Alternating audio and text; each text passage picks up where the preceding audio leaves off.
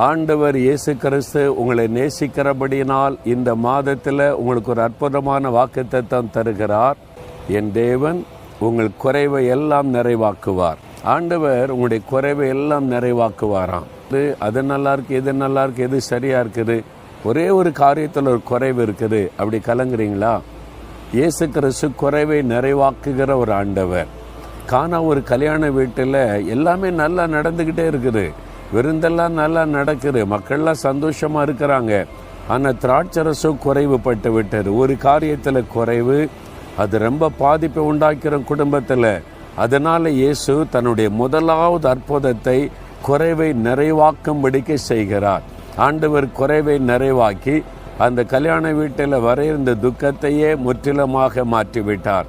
உங்கள் வாழ்க்கையில், உங்கள் குடும்பத்தில் ஒரு சின்ன குறை இருக்குதா? ஆண்டவர் அதை நிறைவாக்கும்படிக்கு ஆசீர்வதிப்பார்.